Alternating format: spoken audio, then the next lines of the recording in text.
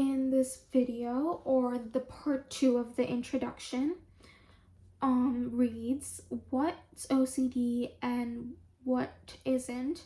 Because of the similarity in names, people tend to confuse the term obsessive compulsive disorder with the far less disabling obsessive compulsive personality disorder, OCPD. What sets them apart? Simply stated, when your obsessions and compulsions are bad enough to cause significant functional impairments, you have OCD. In OCPD, these obsessions and compulsions are more likely personality quirks or idiosyncrasies, however unpleasant. For example, a man with OCPD may hang on to some object because he believes he may need it someday, but a man with OCD hoarding compulsion may fill every square foot of his house with worthless trash he knows he'll never need. People with OCPD tend to have trouble seeing the forest for the trees. Typically, they're list makers who get so hung up on details that they never get around to seeing the big picture. The quest for perfection interferes with their getting things done. OCPD is a classic case of the best being the enemy of the good. People with OCPD tend to mess up things that are good enough in their quest to make everything perfect in every detail. They are often totally inflexible and unable to compromise. In their view, if a job is to be done right, it must be done their way. They are unwilling to delegate. It is interesting that personality type is twice as common in males, whereas OCD does not discriminate between the sexes. The other crucial difference between OCD and OCPD is that although people with OCPD are rigid and stubborn and let their ideas run their lives, they have no real desire to change their ways. Either they're not aware that their behavior annoys others, or they simply don't care. The person with OCD washes and washes, even though it causes him great pain and gives him no pleasure. The person with OCPD enjoys washing and cleaning and thinks, if everyone cleaned as much as I do, everything would be fine. The problem is that my family is a bunch of slobs. The person with OCPD look forward to going home at night and lining up all her pencils on her desktop like little soldiers. The person with OCD dreads going home, knowing she will give into the false messages telling her to vacuum 20 times. Unlike people with OCPD, those with OCD realize how inappropriate their behavior is and are ashamed and embarrassed by it, and they're in the truest sense desperate to change their behavior. In words of two people with OCD, my brain had become an undescribable hell from which I could not escape. And it's a good thing the windows in the hospital were bolted because I was ready to take the short way out. This book is mainly about people with OCD. And as we know, the people with OCD that know that their behaviors are painful and that they want to change this. Most of the stories are about their struggles to overcome their disease, but millions of people with less crippling problems can take inspiration from these stories and learn a self-treatment method that can be applied to a wide variety of troublesome behaviors. Those who shared their stories are people who overcome a medical illness. The method they used can be learned and can benefit almost anyone. This book is for all those who want to change their behaviors and are seeking tools that will help them do so.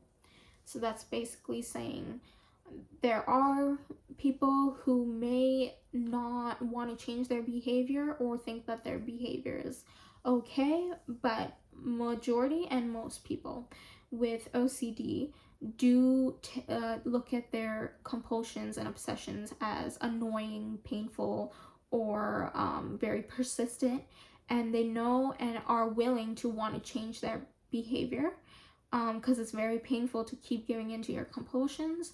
So in this book, it will be for those who want to actually change their behavior, not have to deal with OCD, not always being in pain, and seeking the tools that will help them combat this OCD. OCD, a devilish disorder. Damned if you do, damned if you don't. This is exactly how people with OCD feel before they can learn the 4 steps for fighting back against its overpowering systems. They have urges to do things that lead them to act in ways that only lessen the amount of control they have over their lives. With that loss of control comes a decreased ability to manage their responses to those destructive urges, which get more and more powerful and intense as time goes by. So, if they perform a compulsive behavior, they are damned in the sense that their painful feeling got worse and worse. At the same time, with proper mental training, the 4 steps, they lack the skill they need to change their disordered brain chemistry through constructive action. Furthermore, before they learn the 4 steps, very uncomfortable anxiety-ridden feelings arise when they don't act on the compulsive urges. Thus, they're trapped in the damned if you don't part of this dilemma. So they show a picture by Gary Larson that shows the devil with a pitchfork and a person looking at 2 doors. One door saying damned if you do, and the other door saying damned if you don't. And the quote on the bottom they used is, come on, it's either one or the other. And it is a very relatable picture if you know what I'm talking about. It is so relatable. That definitely is what our brains could be looking like, especially if you have OCD or OCD tendencies or other habits and behaviors. That's what it looks like in our brain, what it feels like.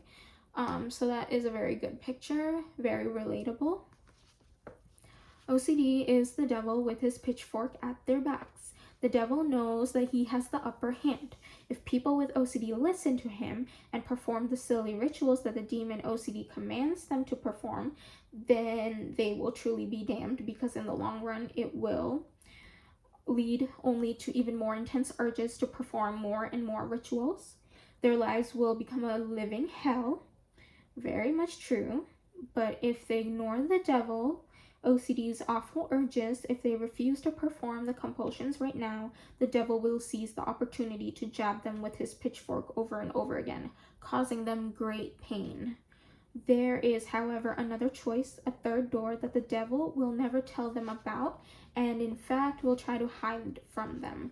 By choosing to go through this door, they can outsmart the devil. Behind this door lies the 4-step program of self-directed behavioral therapy that will enable them to change their brains, overcome these devilish urges, and free themselves from obsessive compulsive behavior. The Way We Were 6 case studies. Here are the stories of some people who walked through that 3rd door, people who were totally overwhelmed by OCD when we first met them, but have managed to beat the devil. The symptoms they describe are not rare and obscure. They are extremely common symptoms of this disease. So now they're going to look at 6 case studies, and they are pretty impressive considering the progress the people have done. So let's take a look. First one is Jack. Jack, a 43-year-old insurance examiner, washed his hands at least 50 times a day, 100 or more times on a bad hands day. There was so much soap embedded in his skin that he could lather up just by wetting his hands. He knew his hands weren't dirty, just as he knew that everything he touched wasn't then magically contaminated. If there were some kind of mass contamination, he reasoned people would be dropping like flies. But he just couldn't get over the feeling that his hands were dirty, so he washed and washed, constantly worrying. Did I wash my hands? Did I wash them right? His hands became so raw and red that big cracks opened between his fingers. Just a splash of water on his skin was like pouring salt in an open wound. But Jack kept on washing. He couldn't stop himself. It was his terrible secret, one he covered up with ploys that a secret agent would admire. So that is a very much OCD related severe case. Next one we're going to look at is Barbara. Barbara, a 33-year-old honors graduate of a prestigious Ivy League university, knew that she was an underachiever working for a temporary agency. She was intelligent and articulate, but was plagued by intrusive thoughts that told her to check and recheck things. Had she unplugged the appliances, locked the door, often she would leave early for a job knowing she would have to turn around and come back home once or twice to check again. One really bad day, she tucked the coffee machine and the iron in her book bag and took them to work. She felt very ashamed. If you start doing these things, Barbara told herself, you're going to lose whatever self-respect you have left. So she developed new strategies for coping with her nagging and nonsensical thoughts. Before she left for work each day, she put the coffee machine on top of the refrigerator, far from any electrical outlet, and said out loud and very tongue-in-cheek, "Goodbye, Mr. Coffee." She had come up with a mnemonic device to help her remember that she had unplugged it. She would also press the prongs of the plug on her iron into her palm, leaving deep marks that she could still see 30 minutes later to reassure herself that she had unplugged the iron. Very much true. Trying to cope with it in other ways, but sometimes it could still be destructive. So very much of a true case. Another one we can look at is Brian. Brian, a 46-year-old car salesman, lay awake in bed every night listening for the wail of sirens. If he heard both a fire engine and a police car, he knew there'd been a traffic accident nearby. Whatever the hour, he would get up, dress, and drive around until he found the accident scene. As soon as the police had left, he'd take a bucket of water, a brush, and baking soda from his car and start scrubbing down the asphalt. He had to. Battery acid might have spilled in the collision, and Brian, who had to drive these streets every day, had a morbid fear of being contaminated by battery acid. Once he finished scrubbing, it might be 3 a.m. He'd drive home, shower, put his tennis shoes in a plastic bag, and toss the bag into the trash can. He bought his shoes on sale, a dozen or more pairs at a time, knowing he could wear them only one night. So that is Brian's case. Now we're going to look at Dottie's case. Dottie, aged 52, had been battling obsession since she was 5. One obsession was a fear of any number that included a 5 or a 6. If while driving with a friend she spotted a car with 5 or 6 on its license plate, she would have to pull over and wait for a car with a lucky number to pass. We could sit there for hours, she remembers. But she knew that otherwise something terrible was going to happen to her mother. When Dottie became a mother herself, her obsession shifted to her son and became even more bizarre. It was eyes, she said. All of a sudden, I got it into my head that if I did everything right, my son's eyes would be all right, and mine would be all right. Neither Dottie's nor her son had eye problems. Still, she couldn't bear to be around anyone who did. Just the word ophthalmologist would bring in very bad thoughts. I could never step where a person who couldn't see properly had walked. I'd have to throw away my shoes. As Dottie and I talked, I noticed that she had written the word vision 4 times in the palm of one hand. She explained that while watching TV that afternoon, she'd had a bad thought about eyes and had tried to exorcise it. So definitely obsessive and compulsive. The next case we'll look at is Laura. Laura described her obsessions this way: they tear at my soul. One little thought and the obsessions explode into a fireball, a monster that is out of control. It was knives that made her life hell. It could be a butter knife, but when I picked it up, I wanted to stab someone, especially someone who was close to me. It was horrible. God, I would never hurt anyone. The scariest for me was when I had these obsessions toward my husband. So, very much false obsessions as well. The next case we are going to look at is Roberta. Roberta would drive over a bump or a pothole and suddenly panic, imagining that she'd hit someone. Once pulling out of a shopping mall, she spotted a plastic bag in the parking lot. In a flash, something was telling me it was a body. I stopped and stared at it, knowing that it was just a plastic bag, but the fear and panic began. I drove around to look at it again. Whenever she went, she would look into the rear mirror, her stomach in knots. Was that just a newspaper at the side of the road, or was it a body? Terrified to drive, she became a prisoner in her own house. Definitely OCD with obsessions and compulsions, and a case where the person also becomes a prisoner in their own house, and because of the fear of leaving or doing OCD that requires leaving the house, that can also be agoraphobia, where you're stuck in there and you're afraid to leave the house because of something that you're gonna think or something that you're gonna do, or any thoughts or intrusive messages you get when you're outside. So you stay locked inside and fear ever going outside. Very much agoraphobia in this case. So next we're going to talk about the bulky brain. As a research psychiatrist at UCLA School of Medicine, I have treated more than 1,000 people with OCD in the past decade, both one-on-one and in a unique weekly OCD therapy group. The vast majority of them are much more functional and more comfortable as a result of practicing the 4-step self-treatment method. Some of them also take modest amount of medication, finding it improves their ability to do the work required in therapy. Our UCLA team came across to the study of OCD as an offshoot of studying depression.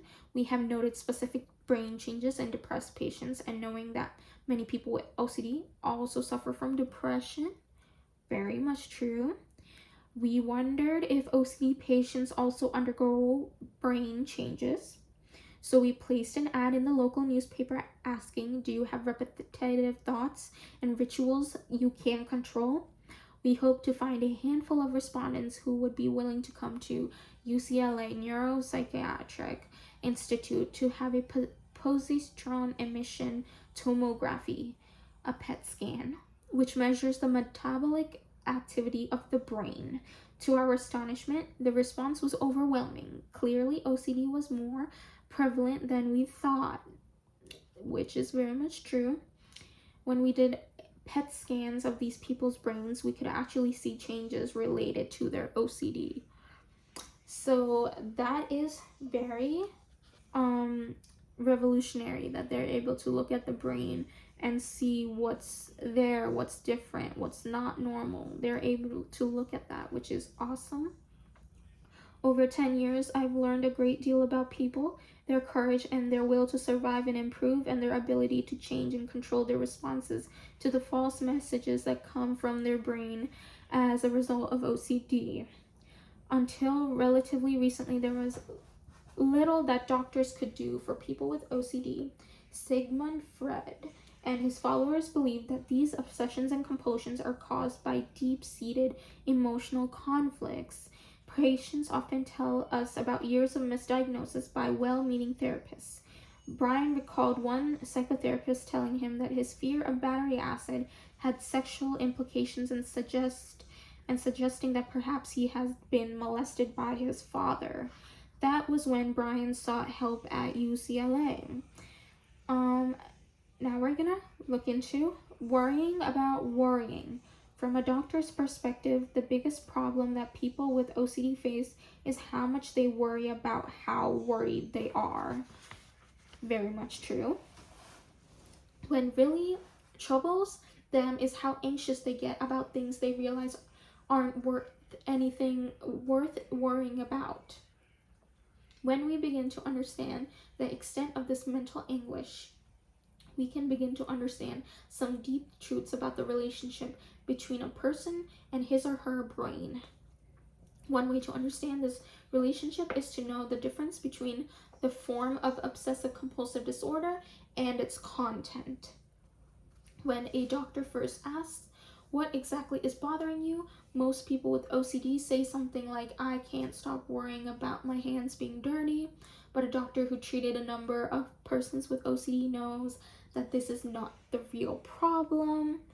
The real problem is that no matter what they do in response to what's worrying them, the urge to check or to wash will not go away. This is what is meant by the form of OCD. Thoughts and urges that don't really make sense keep intruding into a person's mind in an unrelenting barrage. Very much, very much true.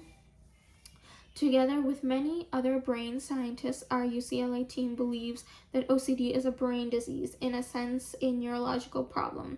The thought does not go away because the brain is not working properly. So, OCD is primarily a biological problem tied to faulty chemical wiring in the brain.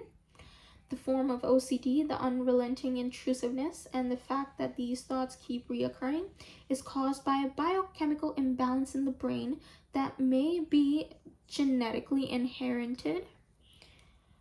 That is a very good theory. Let's see. The content why one person feels something is dirty while another can't stop worrying that the door is unlocked may well be attributed to emotional factors in a person's background and family circumstances as traditionally understood by Freudian psychiatry. Whatever the reason, there is no biological explanation for why one person washes and another checks. But OCD is truly a neuropsychiatric disease. Its hallmark symptom, intrusive thoughts and worries. It's almost certainly caused by a problem in the brain. But of course, having a problem like that brings with it great significant emotional upset and personal insecurity. And the stresses of these emotional responses can actually intensify the brain related difficulty. In this book, you'll learn to deal with both sets of problems. And now, this was part 2 of the introduction. I will be doing part 3 of the introduction in the next video. Thank you.